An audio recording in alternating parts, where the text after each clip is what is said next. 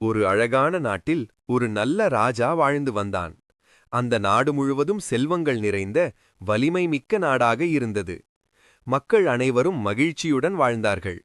அந்த ராஜாவுக்கு ஒரு பெரிய நண்பன் இருந்தான். அவன் யார் தெரியுமா? அவன்தான் ஒரு சிங்கம். அந்த சிங்கம் மிகவும் வலிமையானது. ராஜாவையும் நாட்டு மக்களையும் எப்போதும் பாதுகாத்து வந்தது.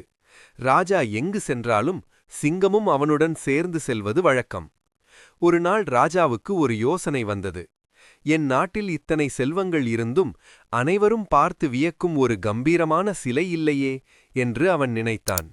உடனே அவன், என் நாட்டிலுள்ள அனைவரும் பார்த்து வியக்கும் ஒரு பெரிய சிலையை உருவாக்க வேண்டும் என்று முடிவு செய்தான். நாட்டிலிருந்த சிறந்த சிற்பிகளை அழைத்து, ஒரு வீரமான மனிதனின் கல் சிலையை உருவாக்குங்கள் என்று ஆணையிட்டான். சிற்பிகள் இரவு பகல் பாராமல் உழைத்து சிலையை உருவாக்கினார்கள். சிலை மெதுவாக மெதுவாக அழகாக உருவானது. பெரிய கைகள், அகலமான மார்பு, தைரியமான முகம், கூர்மையான ஆயுதம். பார்த்தால் அனைவரும் வியக்கும் அளவுக்கு அந்த சிலை இருந்தது. ராஜா சிலையை பார்த்து மிகவும் மகிழ்ந்தான். சிலை திறப்பு விழா நாளில் மக்கள் அனைவரும் ஆர்வத்துடன் வந்தார்கள். ராஜாவும் சிங்கமும் சிலையின் அருகில் நின்றனர். அந்த சிலையில் ஒரு வீரமான மனிதன் தனது காலடியில் சிங்கத்தை வென்றது போல வடிவமைக்கப்பட்டிருந்தது. சிலையை பார்த்த சிங்கம் மெதுவாக சிரித்தது. ராஜா ஆச்சரியமாக கேட்டான், சிங்கமே, இத்தனை அழகான சிலையை பார்த்து ஏன் சிரிக்கிறாய்? சிங்கம் அமைதியாக சொன்னது, அரசே, இந்த சிலை பார்ப்பதற்கு வலிமையாக இருக்கிறது. ஆனால் இதற்கு உயிர் இல்லை. இது நடக்க முடியாது, பேச முடியாது, யாரையும் காப்பாற்றவும் முடியாது. ராஜா சற்று யோசித்து கேட்டான், அப்படியானால் மனிதர்கள்தான் பெரியவர்கள் இல்லையா?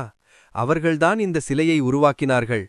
அதற்கு சிங்கம் புன்னகையுடன் சொன்னது, அரசே, மனிதர்கள் புத்திசாலிகள்தான். ஆனால் ஒன்றை நினைவில் கொள்ளுங்கள். இந்த சிலையை மனிதன் உருவாக்கியதால் சிலையின் கீழே சிங்கம் இருக்கிறது.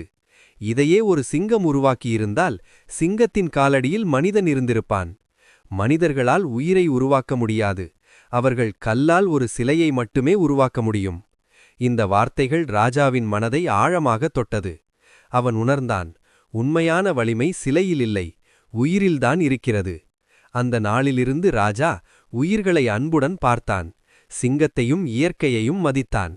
சிங்கமும் மகிழ்ச்சியுடன் கர்ஜித்தது. நாடு முழுவதும் அமைதியும் மகிழ்ச்சியும் நிறைந்தது.